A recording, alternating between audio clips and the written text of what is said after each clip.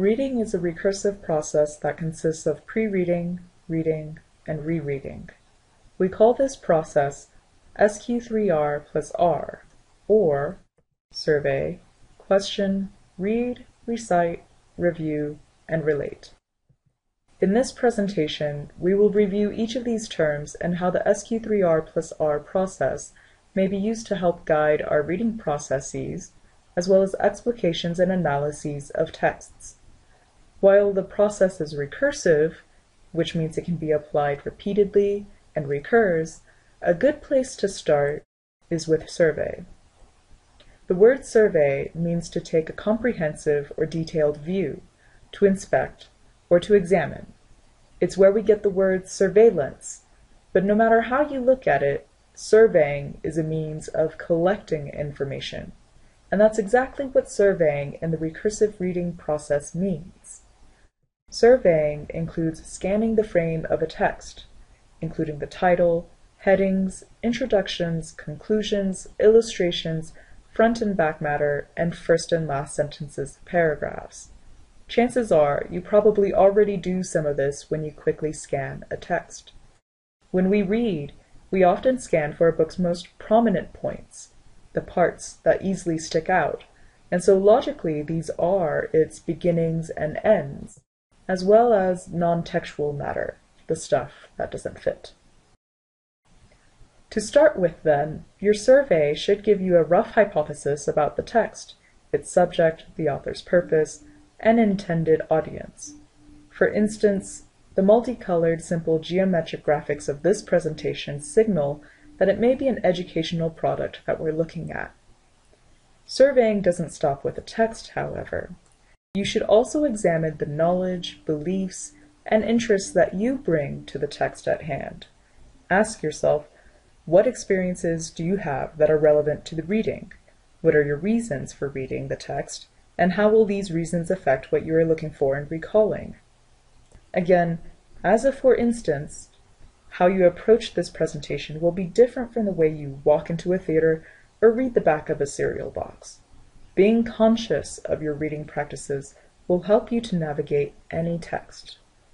The questioning stage is my favorite stage, so I'm going to save it for last. This means we'll be moving right on into the reading stage.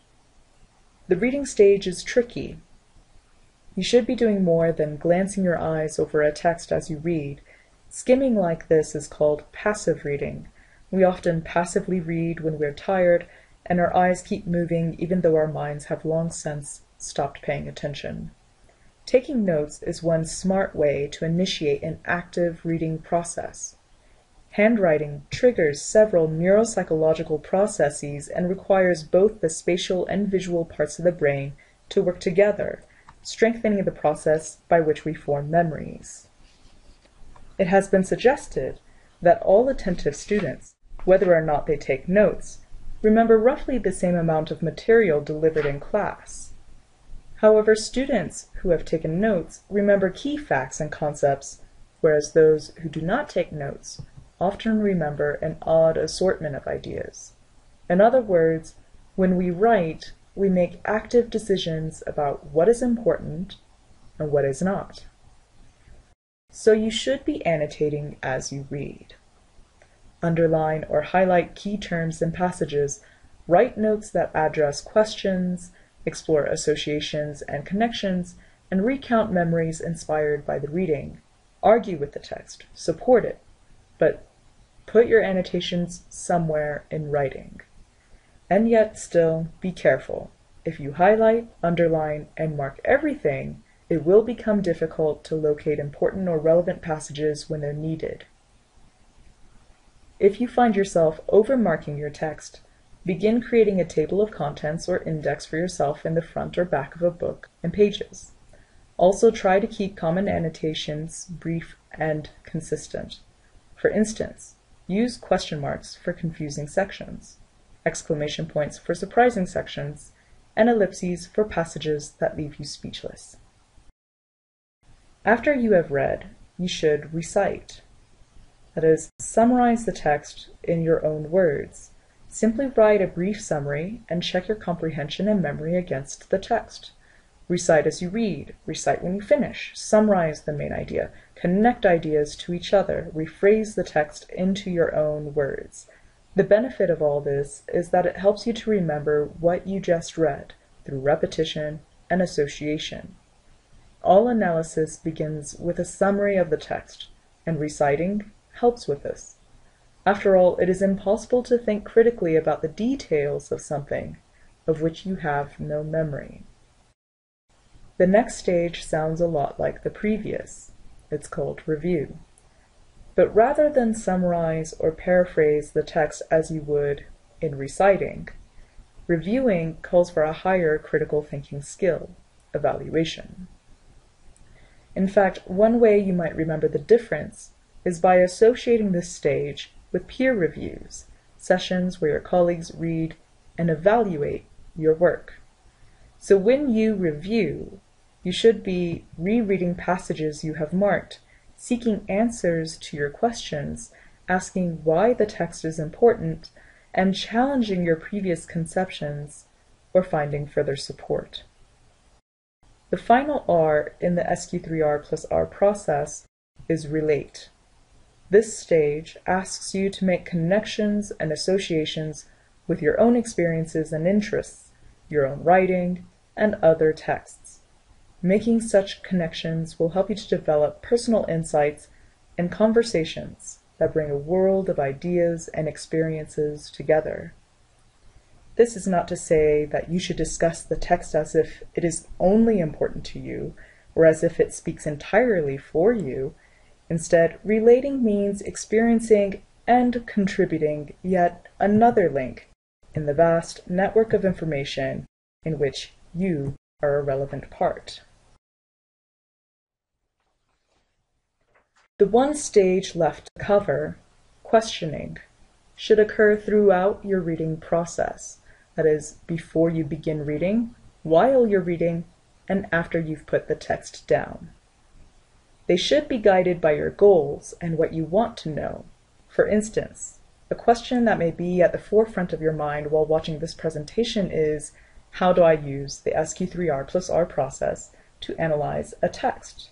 After all, it seems to work well enough for explication, or identifying generally well-accepted information, such as surveying a text genre, but in fact it can also help guide analyses. An analysis breaks down a text to illuminate poignant components of the text. It is the opposite of synthesis. In fact, synthesis and analysis can also be explained as composition and decomposition. This play on words is one of the ways biology and language intersect in Mary Shelley's Frankenstein and allow us to read the monster's body as a text. The SQ3R+R process helps us to make such analyses by providing a framework for our questions. There are two sets of questions you may ask. There's the set of journalist questions, who, what, when, where, why, and how. Then there are the questions presented by Burke's pentad, or 5 rhetorical elements known as agent, agency, act, scene, and purpose. You might be able to already tell these two sets of questions correlate in some ways. For instance, the journalist question, why, seems to ask the same question that a question of purpose does. The two sets do differ in other ways, though. The agent is any entity or thing that acts or causes a reaction, much like a chemical agent. An agent, then, can be a who or a what. A person, animal, and storm are all examples of agents. Agency refers to how an action is accomplished and can often be seen as a literal or abstract tool. A computer is the agency by which we watch this video. The act is the action that occurs and answers the question, what happened? The scene tells us when and where an action took place. And finally, purpose asks why an agent behaved the way it did. Burke's pentad can be manipulated to create ready-made analytical questions that are called ratios. To create a ratio, take any two of Burke's rhetorical elements and plug them into the sentence, "How does X affect Y?" This can be said in other ways as well. For instance, how does X determine, shape, or influence Y? Some sample ratios are as follows. How does purpose determine the action? How does a scene shape the agent? Analytical questions help us to understand and enjoy the cultural texts around us, but sometimes it can be hard knowing what questions to ask. Using Burke's ratios will help you invent analytical questions and give you practice in analyzing until you feel confident devising your own questions. Let's review. SQ3R+R stands for Survey, Question, Read, Recite, Review, and Relate. It is a guideline for recursive reading and can help with both explication and analysis of a text.